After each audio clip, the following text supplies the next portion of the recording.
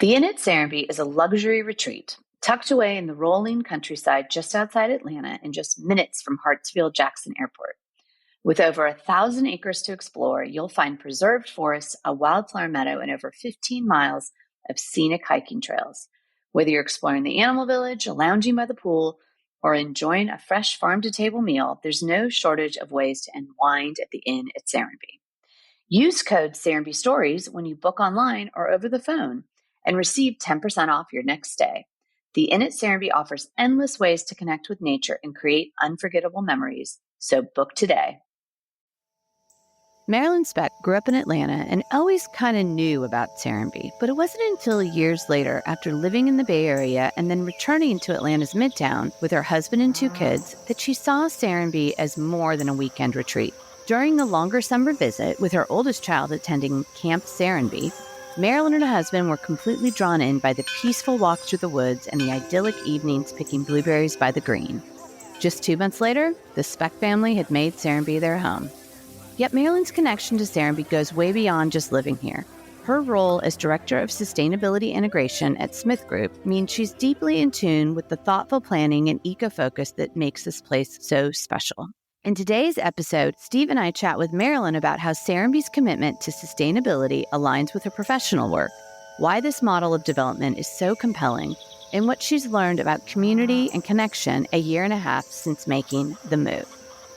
We were walking, we had dropped our oldest off at summer camp, and I had the baby strapped to me, and we walked from Grange to Motto and had lunch at Halsa and then walked back. And we were walking back through the woods, and there's this beautiful fern-covered spot near the creek. And it was like early June, and we were talking, my husband and I, and kind of walking, and we both paused and kind of looked around, and we were like, wow, this is really beautiful. All right. Marilyn, how are you? Welcome to Serenbe Stories. Thank you. I'm happy to be here. Steve We always hear new things, so this is looking forward to the conversation. Yeah, well, we're super excited to have you, and you are a new-ish resident, and we've sort of met a few times out and about, but the first thing we ask everybody is, what is your Serenbe story? How did you get here? How did you find out about us? And all the good stuff that makes you a resident. Well, I grew up in Ansley Park in Atlanta, and I think my parents knew of the Nigrans and just kind of followed the inception of Serenbe along the way, and so kind of knew it was always stuff was happening here, but never really had a sense of what it was. And my husband and I lived in the Bay Area for about 8 years and then moved back to Atlanta, where we're both from, and lived in Midtown, and we're raising our first child and just kind of looking for something different. We had a great home, a great neighborhood, a great life. But I think just the pandemic and the change of the city, it just felt like we needed something else. So we started to kind of consider what that could be, and our families are all in Atlanta area and aging. So we didn't want to go too far, but we had done a couple weekends in Serenbe, stayed at the inn, and always really loved it, but honestly didn't really consider living here. It just felt like a fun weekend retreat. And we came for summer camp, which I have been told is how you get us. The gateway to living. Yes. I was on maternity leave with my second, and we took the week off, and our oldest was in camp, and we had a townhome that we had rented through the inn in Grange. And we just got a very different perspective on life here, living here beyond just visiting. And by the end of the week, we were kind of like, okay, maybe we'll just stop by the real estate office. Maybe we'll just kind of pop in on a couple open houses. We started working with Raina, who is a total gem, and adore her. And she couldn't have been more kind and patient and helpful. And it just became really clear that this was kind of where our heart was. I will say that there were 2 moments that I remember really vividly from that week that I think really shifted things for us. We were walking, we had dropped our oldest off at summer camp, and I had the baby strapped to me, and we walked from Grange to Motto and had lunch at Halsa and then walked back. And we were walking back through the woods, and there's this beautiful fern-covered spot near the creek. And it was like early June, and we were talking and talking, my husband and I, and kind of walking. And we both paused and kind of looked around, and we're like, wow, this is really beautiful. People live here and go to lunch and walk back through the woods. Wow. And so we were kind of like, this is fun. And then we were staying, like I said, at the townhomes across from the farm, the white townhomes. And at night after dinner, we would walk down to the green, and our oldest, who was 4 at the time, would jump on the trampoline, pick and eat blueberries along the way because it was early June, and we would connect with other families. And that was just a massive shift of understanding what life is like here, and just how amazing that experience was each night. So we started looking at places, and within 2 months, we had sold our place in Atlanta and moved into Grange, where we live now. I love it. That's Yeah, great. no. And what I love is so many people that tell a similar story. Going from the heart is somewhere in that conversation. It really is. It's a heart decision. It's not a logical decision.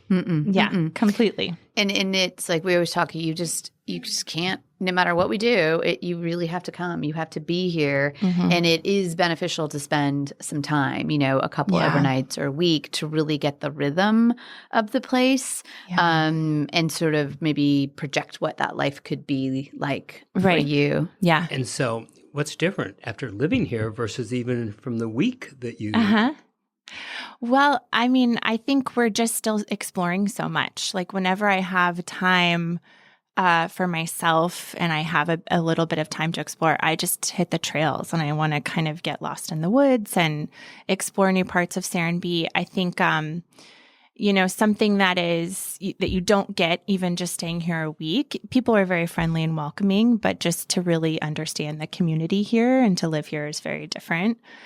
We've been here about 1.5 years, and I've just been so touched seeing the community support each other, and like the most wonderful of life's moments and the most heartbreaking. And that's very unusual, and it's very special. So I would say that's something that I think we're constantly just really holding on to and really grateful for. No, that's really lovely. I appreciate you saying that, because I do think the community is everything. And, now we've been here so many years, but we just thought it was a beautiful place and would get us out of Atlanta, and that would be a great second house, and didn't really understand really what was here. And one of the underpinnings that I think most people maybe have a sense, but they don't really know, is all the sustainability. I sort of joke that the beauty, the lifestyle, or camp, or the inn, or a good cocktail at Austin's is, again, it's sort of like gets you in. It's like a Trojan horse. And then you learn about like, I'm actually doing good things like the houses or Earthcraft and all that stuff. But that's your background, right? Yes. So was that part of your decision at all, the sustainability, or had you, it sounds like you had enough depth of knowledge of Serenbe being in Atlanta, but tell me a little bit about what you do, your director of sustainability at Smithgroup, which is an architecture and planning firm. But tell me how you got into that, what you guys were doing in San Francisco, why you came home, which probably family is a huge part of it. Give us a little bit about that background. Yeah. So I studied environmental studies in college at a liberal arts school, and just really wanted to do something that was climate related and impactful. But there's a lot of directions that could take, and it was pretty overwhelming. And I was graduating very close to the 2008 recession. So it was a little bit of a scary time to be a new grad trying to find a new a first job. And so I was writing my senior thesis, which I wrote about the Chattahoochee River Basin and the kind of water wars and the policy around all of that. And I took my lead Green Associates exam because I was like, I need to have something on my resume that helps me get my foot in the door somewhere. And I started studying for this green building exam and just was like, wow, maybe this is what I want to do. So we moved to the Bay Area right after college, and I started working for a local and environmental nonprofit just to kind of honestly have a paycheck and get a little experience. And then through a probably 3-chain connection, a friend of a friend of a friend kind of thing. They were hiring at an architecture firm, and I was able to impress someone in the room and, just learned a lot on the job. So I had an opportunity to work with developers all over the Bay Area, tech clients, biomedical clients, and just really quickly was able to grow my experience there. And California is already doing so much in the green building and sustainability space. And so that was really kind of a dream to start my career there. And so I worked there for a while, and then I moved to a global engineering consulting firm that I was there for 10 years. And I worked a lot for global companies, global tech companies across their portfolio. So who have big public commitments around sustainability, and they're trying to figure out from Singapore to London to San Francisco how they're really making it happen. And then about 3 months ago, I joined Smithgroup. So I lead our sustainability integration team as director of sustainability integration. And so my role is really in partnership with our lead on the resilience side, which we call climate adaptation and economics. Wow, okay. And then our performance analytics team. And so together we kind of make a climate impact team, we call ourselves. Love it. And so it's really all about high performing, sustainable design and really integrating across the firm. We have architecture, MEP engineering, structural and civil engineering, as well as landscape architecture and planning. And so it's really working across all those disciplines to create buildings and communities that are more sustainable and better for people on the planet. So often what we do is very much like Serenbe, considering kind of planetary sustainability, human health, and resilience, and how those kind of fit together. So to answer your initial question, it was definitely a huge cherry on top for me to be able to kind of live what I preach and what I do every day. And of course, all of this is exactly what I talk to my clients about. I don't do as much residential, but it's very much a part of who I am and the work that I do. So it's exciting to be able to benefit from it every day. Mm-hmm. Yeah, it's kind of interesting that you don't say you do a ton of residential. And I haven't really thought about this because we live it every day, right, Steve? But I'd love to kind of, this is a little bit off typically what we talk about in Serenbe Stories, but like what both of you think about the trends where these corporations have these sustainability goals. And so that they've set for themselves that have been incentivized by the city or the state or the federal. But what's going on with residential? Like, where do you see or do you think about the residential? We have Earthcraft. There is sort of a lead residential. There's green building. There's enterprise green communities. The DOE has one zero energy ready homes criteria. There's a few certifications out there. And certainly there are some developers who really specialize in that. But I know Fannie Mae has a great program around kind of incentives for loan reductions based off of health and also efficiency criteria. But it's a little bit different. I think there's a really big focus on just getting houses built as quickly and cheaply as possible. And Steve knows this very well. Clear cut the field, get them in, and you're done and turn it over quickly. And so even though so many of the decisions at Serenbe just make sense for all the reasons, it's just not how things are typically kind of churned out and done. So I don't know, Steve, if you have any other thoughts on that.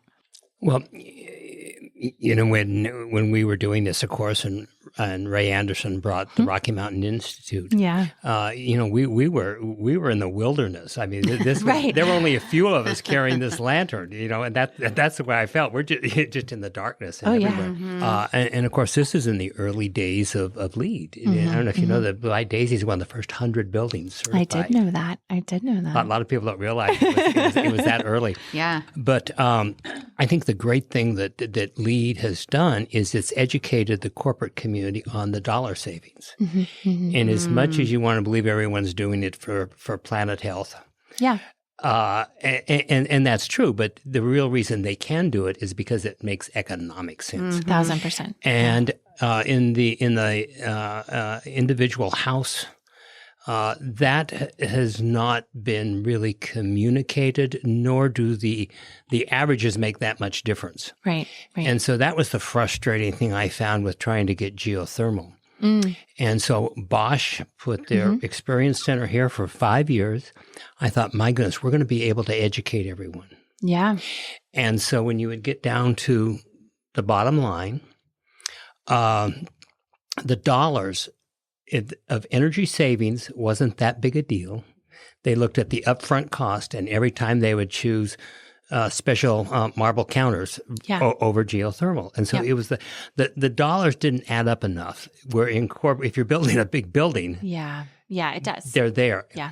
And also they've been able to identify the health benefits of absenteeism and a lot of other things that relate. Sure. That hasn't happened on the housing. Yeah. Now, I think the big connection that is probably at our forefront, and post-pandemic there's enough studies to where if we can link this with health, and especially if we can link it with health savings, on your insurance and things like that. That is when we start changing the individual homes. I think I found that especially when you're making home decisions, $100 a month, $200 a month doesn't move the needle. My improved health of my child does. Right. Yeah. And if we could link those things, and that's why I think you see at Serenbe. People don't. We haven't been able to get that third party that really establishes. But with no reported signs of asthma on the streets, we hear all the health benefits. Right. But we haven't been able to publish that. Right. And if more places could, I think that's what's going to change the needle in the individual house. That's really interesting. The consumer is a hard one to wrangle. Right. And when we think about changing habits or changing the built environment, a corporation top down can do that, and there's maybe incentives like we talked about. But for the consumer, it's a continuum of how much I care about the environment or green, and it usually starts with the health of the home or the family and it's the more child. Emotional, right? It's more emotional. That even whatever products you're putting on your surfaces to clean, right, probably change when you have kids, and what you're putting in your mouth is going to change when you have kids, because it sort of shifts. And I'm talking broadly, there's a core group of people that were always thinking about it, but the broad public, like I'll speak for myself, we changed our habits quite a bit when we, we got better.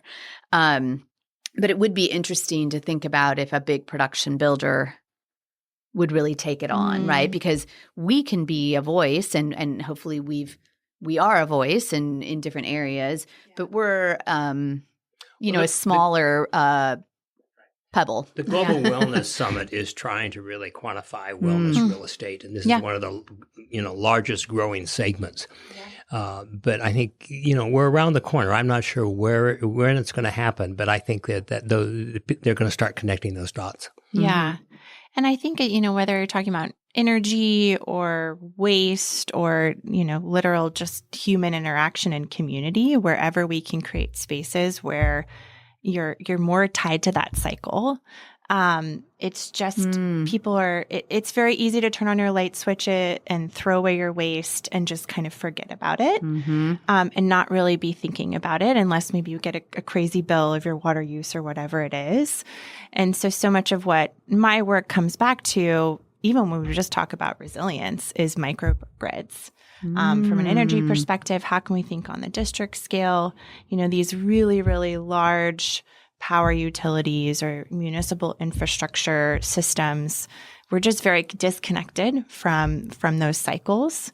And I think that's a big part of it too. Whoa, that's huge. Energy and food. I mean, energy and food. Those are the two. And water. And water. It all comes back to regional. It does. Yeah. I know I was very, very intrigued when you said you did your senior thesis on the Chattahoochee River Basin. I did. Have you followed up on any connections there? I have a little bit. I actually made a realization that I had taken someone to lunch who's a Serenbe resident who was an environmental lawyer at the time, and we saw each other at the Art Farm event last year. And I said, wait a second, I don't know if you remember me. But so there's a lot of funny connections around that. But yeah, I was really looking at kind of Georgia, Alabama, and Florida, who all approach water rights differently. Mm-hmm. And when a river basin runs through all three states, how they come to the same realization. So I don't think there's been any major breakthroughs since I wrote my senior thesis. I think we're in a similar place. But that kind of similar challenge is happening all over the world, all over the country, particularly coming from California. Water is a really precious thing. And I don't think everyone's always connected to that around the world. Mm-hmm. Atlanta has some of the most expensive water bills in the country, and we get a lot of rain, but it's still water is still a very big thing. So that's something often we are talking to clients locally about, is the payback and the understanding of the cost of water as well is really important. So yeah, it was a passion of mine, and I was very interested in it, and maybe thought I would do something in water policy. And then I got a little taste of policy through a policy course, and I was like, I don't know if that's right for me. Well, the flip side of water, and I do think that it's super important, we just turn that tap on and there it is, and we don't really, it's just, it's a different thing. Is the flip side is access to the river. And so Steve and I talk about that a lot. And I don't know if you guys ever go to the Chattahoochee, which is what, 10 4 minutes? miles. Yeah, 10 minutes, 15 minutes. We haven't here? been to the connection point here. Yeah. So we have a new park that the ribbon cutting is going to be in the next 60 days. Oh, great. On the river. Oh, wonderful. It's beautiful. At the end of Hutchison Ferry. That's so great. It's gorgeous. Isn't that a surprise? Yeah, no. I dropped Monica. We stopped in to check on construction.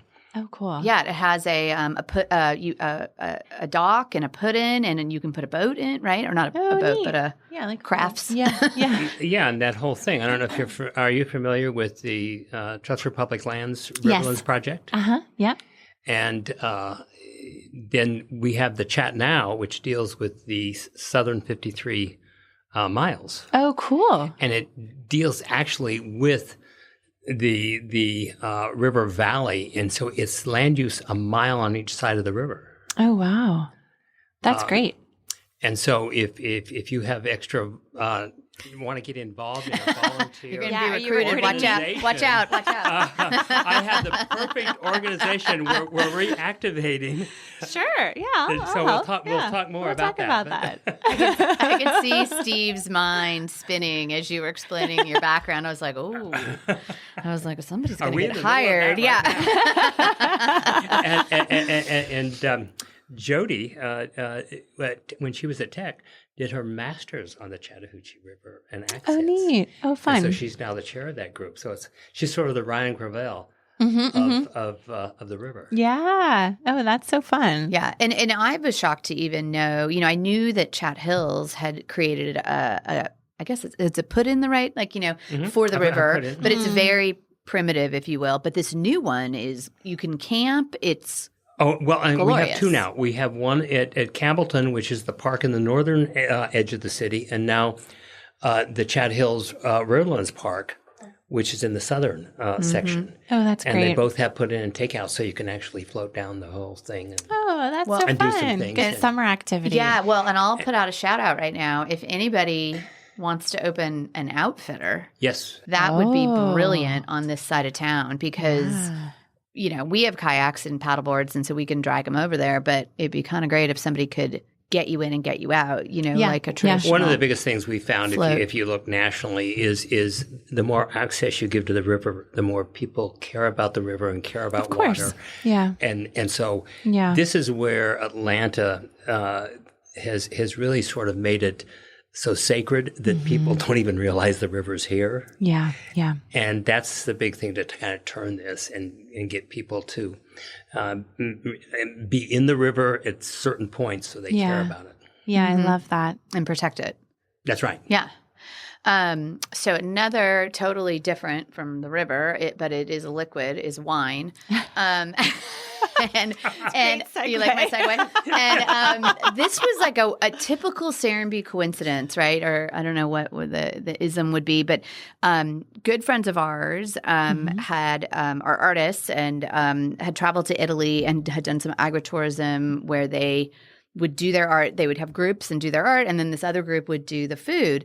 And they came the other day to They're here now. from Italy, Tuscany, and they had their wine and their olive oil, 2 different groups, and we tasted it the other day. But it turns out you also know them, which is crazy. So you were in Tuscany last summer? Last spring break. Okay. Yeah, we spent a week in Tuscany, and the place we stayed in was a village of 200 people. It was stunning. And they kind of coordinated day activities for us that were family friendly. Our kids were 1 and 5 at the time. And one of them was a pasta making class. And Alessandro, who is the olive oil sommelier and the chef who part of the duo that you mentioned, he came to where we were staying and did a pasta making class, and we had so much fun. And then he invited us to his house, and we had dinner the next night or 2 nights later. Amazing. And we were talking to him. We were like, we live in this community, lots of foodies. It would be great for you to come. And then he was like, okay, I'll do it. So we kind of organized a couple of dinners. We have a dinner tonight with some friends at a neighbor's house. But at the same time, Nadine from the general store a month or 2 ago started advertising that they were coming to do tastings, wine tasting and olive oil tasting. And my husband said, did you tell Nadine? Because the flyer said like a friend of Serenbe, And I was like, no. And so we realized that we asked her, oh, there's another connection.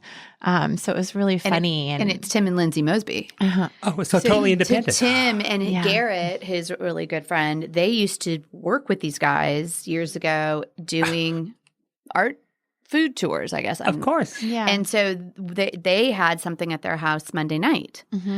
And then I walked home with a case of red wine and olive oil, or it's coming from Tuscany. Yeah. And so then they did it at Nadine's yesterday. And then you're having a dinner tonight with a bunch of friends. And he said that they're going just private homes this next week or so. I mean, we're so excited. Yeah. And now we're like, we have to all plan a trip.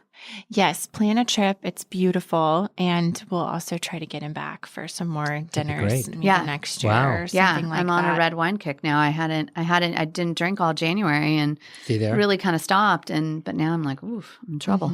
February's for reds. It is. February is for reds. Thank you. I like that. I appreciate the support there. So one of the things that we always ask is, what is the one thing, it could be more than one, that you would recommend to somebody if they were coming to Serenbe for the first time? What should they go do? Yeah. Well, we talked about it a little bit, but I think just spending time in the community, just kind of walking around and seeing how people live and interact with each other is really unique. I think it's just so special that you can walk along the sidewalk or you can walk in the woods to point A to point B. And I hope everyone gets to experience that. Just because our family loves June because blueberry picking season and we're right in the middle of all the blueberries and Grange. If you come in June, definitely bring a bucket and enjoy it. Because each of the bushes are a little different of species, right? There's a few different species. So they taste different. Last year, my youngest ended up getting a tummy ache because he would not stop eating blueberries. So maybe you don't go that far, but it is very special to be able to have such an edible landscape that you can really enjoy, and certainly has created a lot of memories in our family. And so you see, a cup of ice cream helps all the blueberries. Yes. It really kind of balances it out. It really does. We made blueberry sorbet and muscadine sorbet. We were kind of dropping off different samples at neighbors, and they were like, "Oh, I like that one better. Which bush did you get that one from?" So we did a whole tasting all summer. Isn't it amazing how blueberry bushes are such a community activator? Truly. And the kids just love it. I mean, it's so neat to have have that so accessible and to have that be such a normal opportunity. Our kids both go to school here at Terra, and they planted blueberry bushes in the front of the school back in the fall. And it was like immediately, did you see they planted blueberry bushes at school too? We're going to get to pick them. So the kids really know. Yeah. It's and great. they understand the seasonality. Absolutely. Blueberries aren't available all the time. Yeah. Mm-hmm. And they understand when we go to get our CSA on Tuesday nights, what's in season this week? What do we have? So I think just being connected to the growing cycles and what that really means is so unique, unfortunately, right now, in the world that we live in, and so critical as well. Yeah. Well, thank you so much for being with us. Thank you. This was wonderful, and I look Thank forward you. to seeing you on the trails. Yes. Thank Sounds you so good. much. This was a great conversation. Thanks for having me.